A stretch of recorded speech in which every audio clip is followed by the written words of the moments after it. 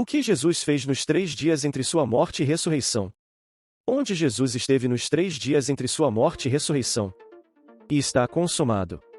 Os 4 evangelhos de Mateus, Marcos, Lucas e João todos relataram que Jesus foi crucificado por cerca de 6 horas antes de falecer. No momento final, ele proferiu as palavras imortais "está consumado", conforme registrado no livro de João 19 horas e 30 minutos. Em seguida, ele inclinou a cabeça e entregou seu espírito. Seu corpo permaneceu na cruz por apenas um curto período antes de ser retirado e preparado para o sepultamento por José de Arimateia com a ajuda de Nicodemos, um de seus seguidores. 3 dias depois, seu corpo e espírito foram reunidos e ele ressuscitou dos mortos. Após sua ressurreição, ele se revelou a seus discípulos, começando por Maria Madalena. Em seguida, ele ascendeu ao céu. No entanto, muitos se perguntaram o que aconteceu nos 3 dias entre sua morte e ressurreição, onde Jesus foi e o que ele fez. A Bíblia, em particular os evangelhos sinópticos, não oferece um relato abrangente das atividades de Jesus durante esses 3 dias, também conhecidos como a descida ao inferno. Os evangelhos de Mateus, Marcos, Lucas e João focam principalmente nos eventos que levaram à crucificação de Jesus e em sua ressurreição. O período entre sua morte e ressurreição está mais enraizado em interpretações teológicas e tradições do que em narrativas bíblicas explícitas. No entanto, podemos entender esse período muito importante. Uma das revelações mais claras sobre o paradeiro de Jesus nos 3 dias de sua morte pode ser deduzida de sua conversa na cruz. De acordo com a Bíblia, Jesus foi crucificado ao lado de 2 criminosos.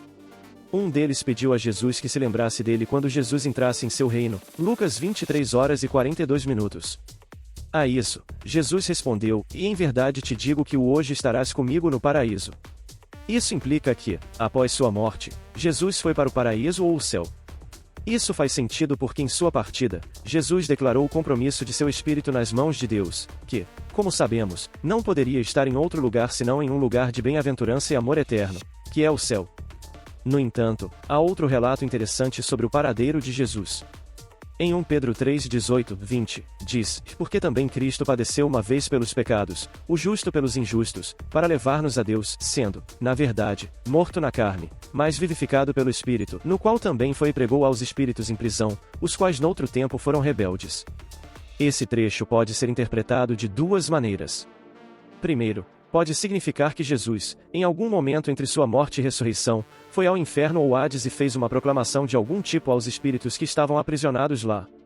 Nessa perspectiva, esses espíritos aos quais Jesus se dirigiu poderiam ser tanto demoníacos quanto humanos. Eles também poderiam ser anjos errantes. É provável que os espíritos mencionados no trecho sejam anjos caídos, aqueles que foram aprisionados por violar a lei de Deus, junto com Lúcifer, que os enganou e os voltou contra seu Deus. A referência ao dilúvio de Noé indica que a violação ocorreu antes do tempo de Noé. Embora o trecho não nos diga exatamente o que Jesus disse aos espíritos prisioneiros, parece improvável que tenha sido uma mensagem de redenção, já que os anjos não podem ser salvos, como Hebreus 2 horas e 16 minutos nos informa. É mais provável que Jesus tenha proclamado e declarado sua vitória sobre Satanás e seus seguidores.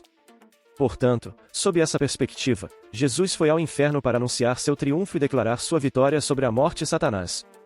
Outro trecho bíblico que nos fala sobre o paradeiro e atividades de Jesus nos 3 dias entre sua morte e ressurreição é Efésios 4 e 8 e 10. Ele diz, "Subindo ao alto, levou cativo o cativeiro e deu dons aos homens."